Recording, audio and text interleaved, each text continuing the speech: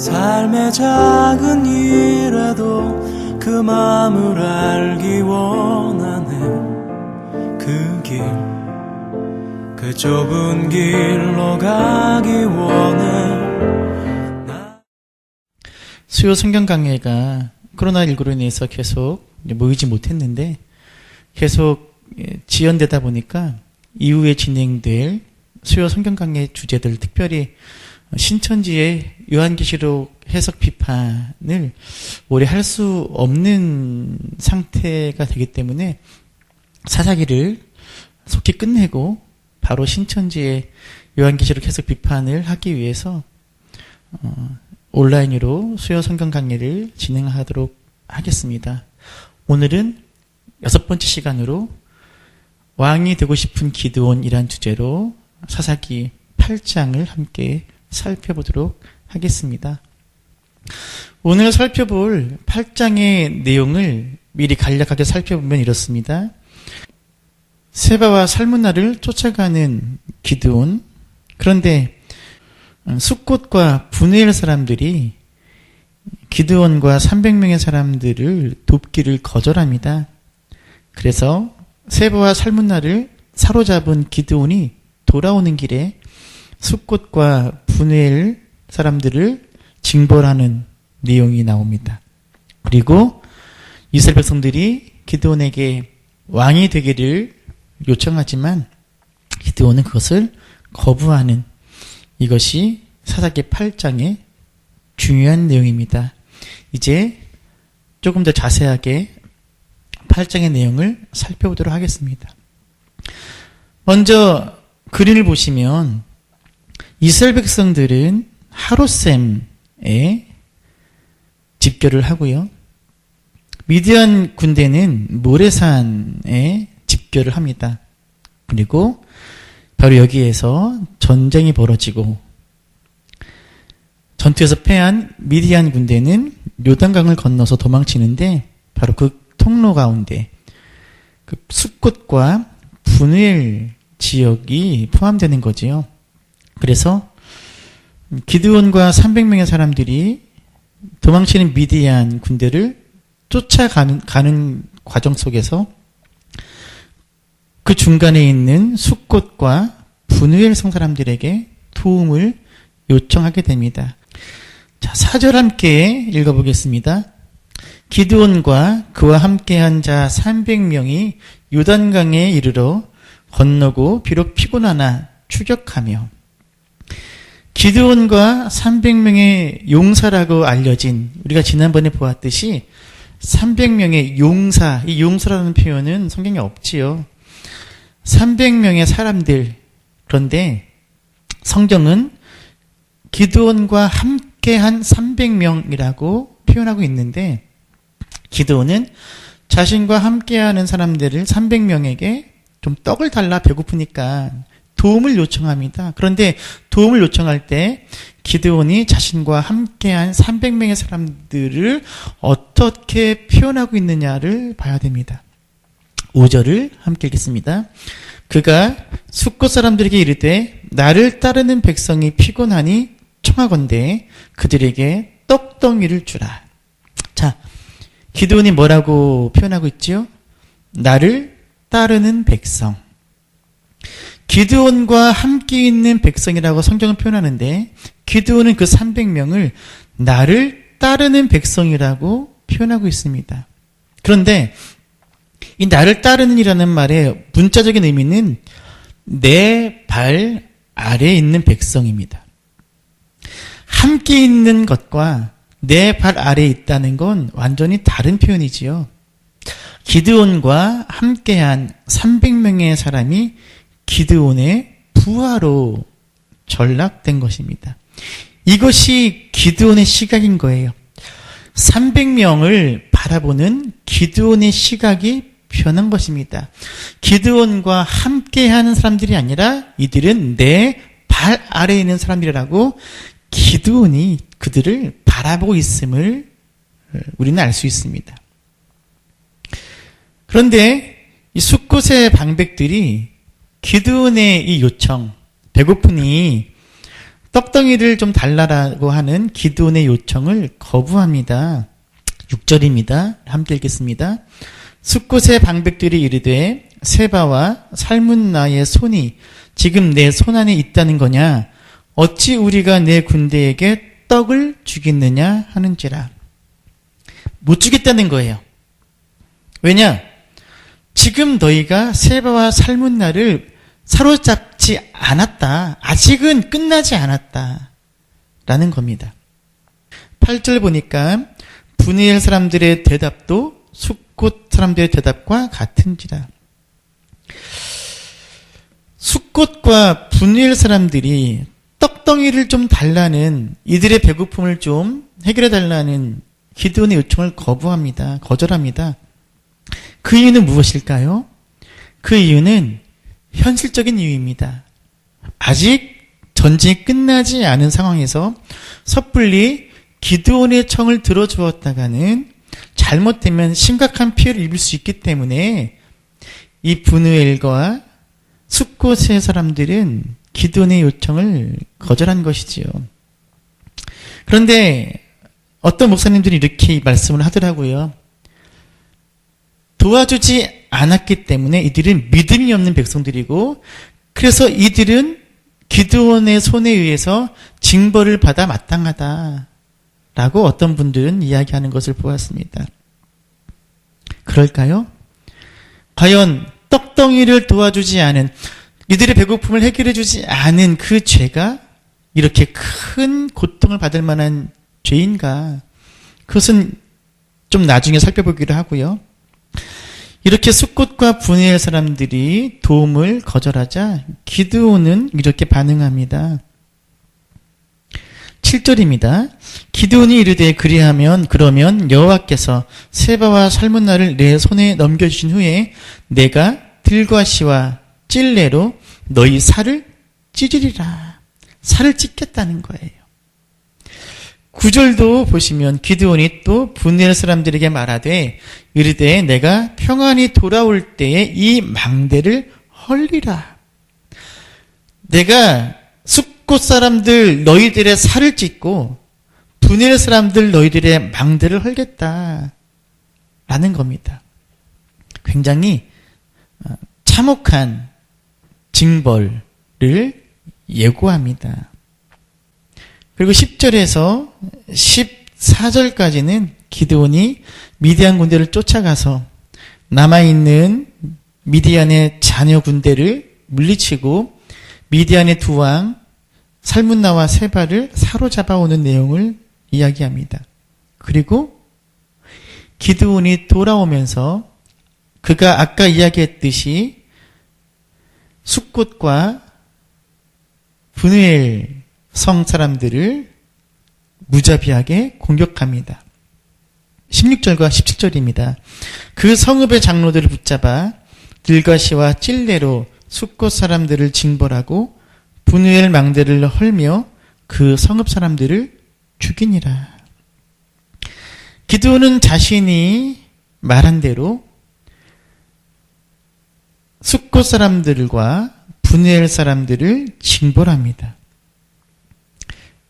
망대를 헐고 사람들을 죽입니다. 3번 질문입니다. 기드온은 숫곳 사람들을 징벌하고 분이엘 성읍 사람들을 죽이는데 이 행위에는 문제가 있다는 거예요. 어떤 문제인가? 첫 번째, 사적인 감정으로 공적인 군대를 이용해 복수합니다. 지금 기드온이 분이엘과 숫곳 사람들을 징벌하고 망대를 헐고 사람들을 죽이는 이유는 그들이 기드온 자신을 무시했다는 겁니다. 개인적인 서운함 또는 섭섭함, 거기에 대한 복수라는 사사로운 감정을 위해서 이스라엘의 군대를 이용해 복수하는 잘못을 저질렀고요. 두 번째는 무엇이냐? 동족을 향한 무자비한 폭력을 행사했다는 거예요. 과연 기드온과 300명의 사람들에게 떡을 주지 않은 것이 이렇게 그 성이 무너지고 사람들이 죽임을 당할 만한 큰 죄냐는 거예요. 비록 이들이 한 행동이 브누엘과 숫곳 사람들이 떡을 주지 않은 것이 잘못이라 할지라도 이렇게 무자비한 보복과 폭력을 당할 만한 잘못인가? 그렇지 않지요. 세 번째가 가장 중요합니다. 기드온의 이 행위가 잘못인 세 번째 이유는 무엇이냐? 하나님의 은혜를 망각했다는 거예요. 무슨 말이냐면 6장에서 하나님께서 기드온을 부르실 때 기드온의 모습은, 기드온이 보여준 모습은 지금 브누엘과 숫곳 사람들이 보여주는 모습보다 훨씬 더 심했다는 겁니다. 기드온은 6장에서 그 밀을 포도주 틀에서 타작하던 겁쟁이였잖아요. 근데 하나님께서 부르시잖아요. 기드온이 어떻게 합니까? 하나님 우리를 버렸다. 나는 작은 자다. 표징을 보여달라. 내가 죽었구나. 기드온은 계속해서 하나님을 의심하고 시험하고 하나님의 부르심을 거부하고 두려워합니다. 그런데 하나님은요, 기드온에게 단 한마디도 나무라지 않으십니다. 단 한마디도 기드온을 혼내지 않으십니다. 하나님은 기드온의 요구를 다 들어주시고 기드온의 마음을 안심시키십니다. 내가 너와 함께하겠다. 내가 저들을 너의 손에 넘기겠다. 내가 너가 요구한 표징을 다 들어주겠다. 두려워하지 마라. 너가 안 죽는다. 하나님은 기드온을 끝까지 참으시고 기드온을 사사로 세우십니다. 그런데 기드온은 자신에게 향했던 그 하나님의 놀라운 인내와 은혜를 망각하고 지금 이 작은 두려움 때문에 자신을 돕지 못하는 브누엘과 숫곳 사람들을 무자비하게 죽이고 벌합니다. 은혜를 망각한 거예요. 자신이 얼마나 겁쟁이였고 얼마나 작은 자였는지는 잊어버리고 지금 두려워 자신에게 도움을 주지 못하는 이 브누엘과 숫곳 사람들에게 무자비한 폭력을 행하는 거죠. 그래서 이렇게 표현할 수 있습니다. 하나님의 부르심에 두려워했고 의심했고 시험했고 거부했던 자신을 끝까지 참으시고 사사로 세우고 마신 하나님의 은혜를 망각한 기드온, 이것이 기드온의 큰 잘못입니다. 기드온은 사실 이 8장에서 변합니다. 아니 이미 7장에서 조금씩 변했지만 이 8장에서 기드온은 참으로 변한 모습을 보여주는데요. 그래서 그 박스에 보시면 두려움에서 믿음으로 변한 것이 아니라 두려움에서 교만으로 변질된 기드온의 모습을 우리는 볼 수 있습니다. 기드온은 처음에 두려워했지요. 하나님께서 그를 끝까지 붙잡으시고 그를 이끄십니다. 그러면 그 기드온의 두려움은 하나님에 대한 전적인 믿음으로 발전돼야 되는데 기드온의 두려움은 자신에 대한 교만으로 변질되어서 브누엘과 숫곳 사람들을 무자비하게 징벌하고 또 처음에 보았듯이 자신과 함께하는 300명의 사람들을 내 발 아래에 있는 사람들이라고 표현하는 이런 교만으로 변질되어지는 모습을 보여주고 있습니다. 이것이 참 무섭습니다. 뒤에 보겠지만 목회자들도 마찬가지인 것 같아요. 목회자들이 처음에 목사 안수를 받을 때 무릎 꿇고 안수 받을 때 펑펑 눈물을 흘리지요. 그들의 고백이 이렇습니다. 저도 그랬지만 나 같은 것이 목사가 되었다니. 그런데 시간이 지나고 목회자들이 그 감사와 감격이 더 큰 겸허함과 겸손과 겸비함으로 나아가야 되는데 그 은혜를 망각하고 교만해질 때 그 결과는 참으로 무섭습니다. 지금 기드온은 점점 교만해지고 있습니다. 그리고 기드온이 교만해지는 이유는 무엇이냐? 자신을 처음 부르신 하나님의 그 은혜, 나를 택하시고 나와 함께 하시고 이 전투에서 승리하게 해주신 그 은혜를 망각하고 자신을 바라보게 되는 거예요. 그래서 교만한 기도원으로 변질되어 가고 있습니다. 그래서 19절에 보시면 기드온이 세바와 살문나를 사로잡고 일종의 신문을 하는데 이 신문 속에서 기드온이 끝까지 세바와 살문나를 쫓아간 이유가 나옵니다. 기드온은 세바와 살문나에게 너희가 다볼에서 죽였던 이들이 바로 내 형제다 라고 말합니다. 19절이지요. 그가 이르되 그들은 내 형제들이며 내 어머니의 아들들이니라. 세바와 살문나 너희가 다볼에서 내 형제를 죽였다. 그래서 내가 지금 너희를 쫓아왔고 너희에게 복수하는 거다. 지금 기드온이 세바와 살문나를 죽이려고 하는 이유는 복수인 거예요. 사사로운 복수심. 그래서 4번 질문을 보시면 19절을 통해서 기드온이 미디안의 왕들을 끝까지 추격한 이유를 알 수 있습니다. 무엇입니까? 사적인 원한을 갖기 위해서 추적한 거예요. 이 전쟁이 기드온 자신을 위한 전쟁으로 변질되어 가고 있습니다. 우리가 지난번에 보았듯이 7장 18절에서 기드온이 300명의 사람들에게 나팔을 불며 이렇게 외치라고 합니다. 뭐라고 외치라고 하지요? 여호와를 위하라, 기드온을 위하라. 여호와를 위하라까지는 괜찮은데 그 뒤에 기드온을 위하라라는 외침을 덧붙입니다. 여호와를 위한 전쟁에 자신을 위한 전쟁으로 슬쩍 끼워넣는 거지요. 결국 지금 기드온이 세바와 살문나를 끝까지 추적한 이유는 바로 기드온 자신을 위해서, 기드온 자신의 사사로운 복수를 갖기 위해서 일을 하고 있음을 보여주는 것입니다. 잘못된 것이지요.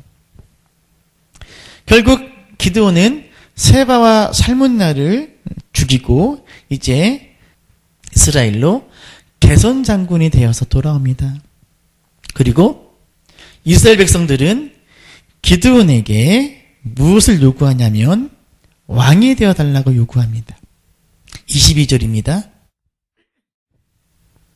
그때 이스라엘 사람들이 기드온에게 이르되 당신이 우리를 미디안의 손에서 구원하셨으니 당신과 당신의 아들과 당신의 손자가 우리를 다스리소서 하는지라. 백성의 요구가 무엇입니까? 우리를 다스리소서. 왕이 되어달라는 거예요.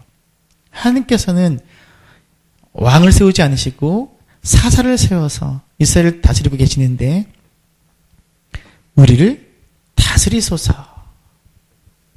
왕이 되어달라는 겁니다. 그런데 기드온은 이들의 요구를 거절합니다. 23절입니다. 기드온이 그들에게 이르되 내가 너희를 다스리지 아니하겠고 나의 아들도 너희를 다스리지 아니할 것이요 여호와께서 너희를 다스리시리라 하니라. 기드온이 멋있게 대답합니다. 나는 왕이 되지 않을 거야. 왜냐하면 하느님이 너희의 왕이시잖아. 대답은 참 멋져요.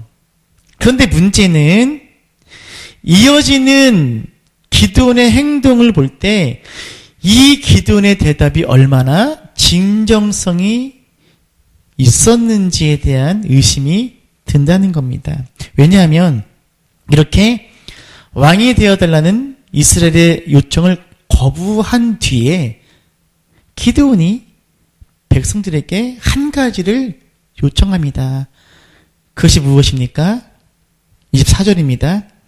기드온이 또 그들에게 이르되 내가 너희에게 요청할 일이 있으니 너희는 각기 탈취한 귀고리를 내게 줄지니라.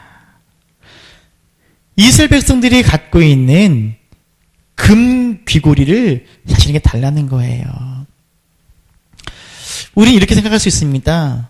그래? 이 정도 줄 수 있잖아. 아니, 우리를 위해서 이렇게 목숨 걸고 싸웠는데, 미디안을 물리쳐 줬는데, 금기고리 정도 줄 수 있는 거 아니야? 라고 생각할 수 있는데, 그렇지가 않습니다. 26절에 보면, 기드온이 요청한 금 귀고리의 무게가 금 1700세겔이요. 예, 얼마나 된다고요? 금 귀고리의 양이 금 1700세겔. 이 금 1700세겔은 지금 우리가 살고 있는 지금의 가치로 따지면 약 13억 원의 가치를 갖는 엄청난 양입니다. 13억 원. 13억! 그러니까 기드온이 굉장히 많은 양의 금 귀고리를 요구한 거예요.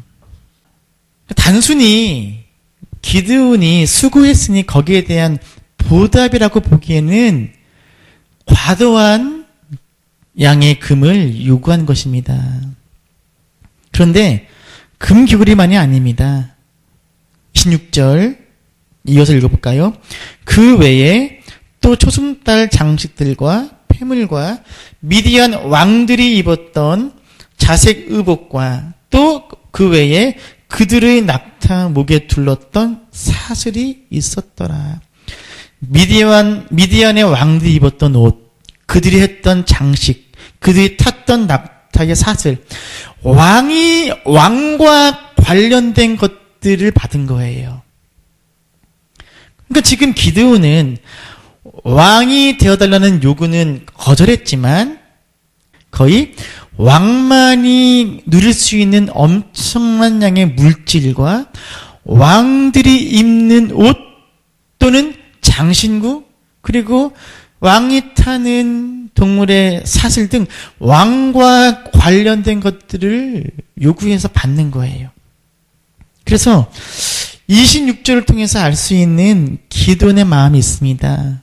무엇일까요? 왕이 되어달라는 제안은 거절했지만 실제로는 왕이 누릴 수 있는 특권을 요구한 겁니다. 안타깝지요.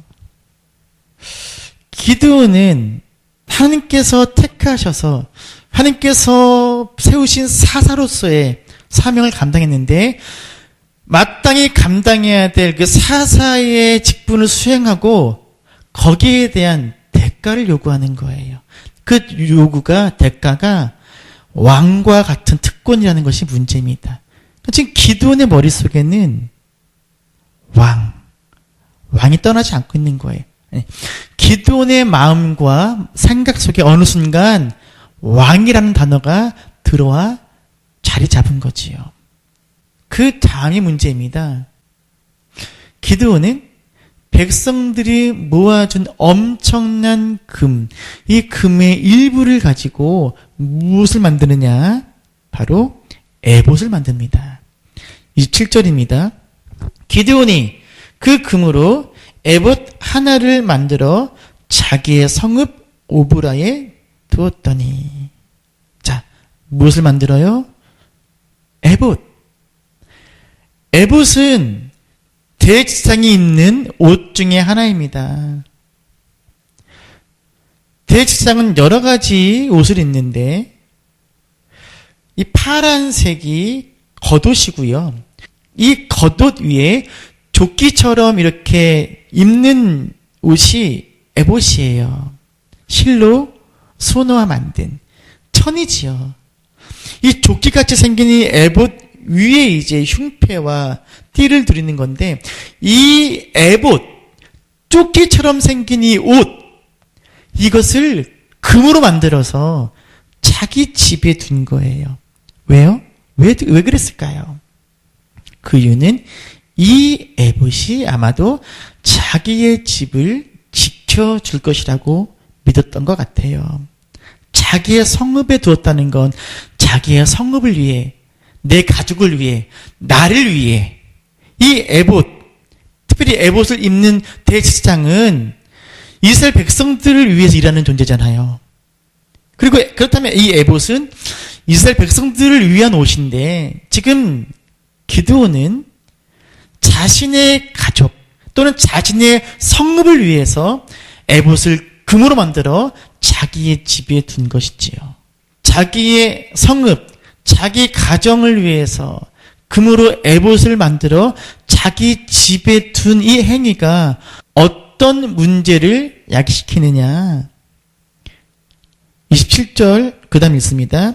온 이스라엘이 그것을 음란하게 위함으로 그것이 기드온과 그의 집에 올무가 되니라. 이 에봇이 우상 숭배의 대상이 된 겁니다. 이스라엘 백성들이 기드온의 집에 있는 그 에봇을 섬기게 된 거예요. 기드온 자신의 성읍을 위해서 만든 이 에봇이 이스라엘 백성들로 하여금 우상으로 여기고 우상처럼 섬기게 하는 죄를 짓게 하는 계기가 되었다는 것입니다. 안타깝죠. 그래서 이 금귀고리로 에봇을 만들어 백성들로 우상 숭배의 죄를 범하게 하는 이 기드온의 모습은 누구를 연상케 합니까? 한번 맞춰보세요. 누구를 연상케 합니까? 금귀고리로 에봇을 만들어서 이스라엘 백성들이 그 에봇을 섬기게 만든 이 기드온의 행위는 구약의 어떤 인물을 연상시킵니다. 누굴까요? 정답은 아론입니다. 아론. 아론은 모세가 시내산에 올라가 있을 때 금송아지를 만들어서 이스라엘 백성들이 그 금송아지를 섬기게 만든 장본인이 아론이지요. 이렇게 기드온은 큰 잘못을 저지릅니다. 우상에게 향했던 백성들을 하나님께로 향하게 하는 것이 사사의 역할인데 오히려 기드온은 이스라엘 백성들이 에봇이라는 우상을 섬기게 만든 장본인이 되고 맙니다. 이제 이 뒤에 이어지는 내용은 기가 막힙니다. 더 30절에 보시면 기드온의 아내가 많음으로 그의 몸에서 난 아들이 70명이었다. 기드온이 아내가 많았다라고 이야기합니다. 그리고 31절에 보시면 세겜에 있는 그의 첩도 아들을 낳았으므로 그 이름을 아비멜렉이라 하였더라. 자, 두 가지를 이야기합니다. 첫 번째, 기드온이 아내를 많이 두었다. 두 번째, 기드온이 첩이 낳은 아들의 이름을 아비멜렉이라고 이름 지었다. 이 두 가지는 우리에게 중요한 사실을 알려줍니다. 아내를 많이 두었다. 아내를 많이 두는 건 주로 누가 하는 거냐면 왕이 하는 거예요. 솔로몬 기억하시죠? 왕이 아내를 많이 둔다는 건 그만큼 자신이 왕으로서의 권위, 권력, 정력, 그것이 세다라는 걸 보여주는 겁니다. 아내를 많이 두는 건 왕이 하는 행동이에요. 또 하나, 첩이 낳은 아들의 이름을 아비멜렉이라고 지었는데 아비멜렉이라는 이름의 뜻은 내 아버지는 왕이다라는 거예요. 이렇게 첩이 낳은 아들의 이름을 아비멜렉이라고 지어서 일종의 자기 만족인 거지요.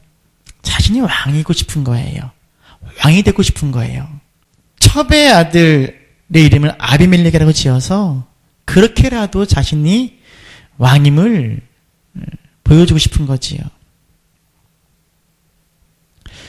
기드온은 비록 공식적인 왕의 위치는 거절했지만 실제적으로는 왕의 권력과 부를 누렸으며 거의 왕과 같은 보상과 대접을 받았다. 그리고 무엇보다 기드온은 왕이 되는 것을 거부했지만 그의 자의식 속에는, 그의 머릿속에는 그는 이미 왕이었던 거예요. 결국 기드온이 죽은 후 이스라엘 백성들이 보여주는 세 가지 모습이 있습니다. 첫 번째, 우상 숭배입니다. 33절입니다. 기드온이 이미 죽음에 이스라엘 자손이 돌아서서 바알들을 따라가 음행하였으며 또 바알 브릿을 자기들의 신으로 삼고, 그런데 사실은 기드온이 죽었기 때문에 이스라엘 백성들이 우상을 숭배한 게 아니에요. 이미 기드온 생전에 이스라엘 백성들이 에봇을 섬기는 우상 숭배는 기드온 생전에 이미 시작이 되었고 기드온의 책임이었다는 겁니다. 두 번째, 이스라엘 백성들 하나님을 잊어버립니다. 34절이지요. 이스라엘 자손이 주위의 모든 원수들의 손에서 자기들을 건져내신 여호와 자기들의 하나님을 기억하지 아니하며 하나님을 잊어버립니다. 마지막으로 세 번째, 기드온의 집을 후대하지 않습니다. 35절이지요. 또 여룻바알이라 하는 기드온이 이스라엘에 베푼 모든 은혜를 따라 그의 집을 후대하지도 아니하였더라. 이게 무슨 뜻인지 아십니까? 기드온이 자신의 성읍에 자기를 위하여 두었던 금으로 만든 에봇이 소용이 없었다는 거예요. 그 금 에봇이 진짜 어떤 신 같은 존재라면 이스라엘 백성들이 기드온을 잊지 않고 그 가정 후대했겠죠. 복을 받았겠죠. 하지만 이스라엘 백성들이 기드온의 집을 후대하지 않아요. 그 말은 기드온이 자신의 집을 위해 만들어 두었던 금 에봇은 우상에 불과했다는 거지. 아무 쓸모없는, 이것을 보여주는 표현입니다. 굉장히 중요합니다. 우리는 기드온이 굉장히 뛰어나고 위대한 사사라고 이해합니다. 맞습니다. 기드온의 전반부까지는 그래요. 하지만 후반부부터는 우리가 본 이 8장부터는 기드온은 달라집니다. 변합니다. 그는 하나님의 은혜를 망각하고 교만해지고 결국 스스로 왕이 되고 싶어하고 노골적으로 왕이 되지는 못했지만 그는 자기 자신을 왕이라 생각하며 왕과 같은 요구를 하고 왕과 같은 생활을 하며 살았다는 거예요. 그래서 이스라엘은 이 기드온을 기점으로 내리막길로 접어들게 됩니다. 그가 하나님 한 분만을 경배하고 섬기고 복종하는 데 실패한 결과가 얼마나 비극적이고 폭력적인지를 기억해야 한다. 이스라엘의 지도자인 이 기드온이 신실한 믿음을 가지고 하나님을 섬기지 못하고 실패함으로 말미암아 이스라엘은 급격하게 내리막길을 걷습니다.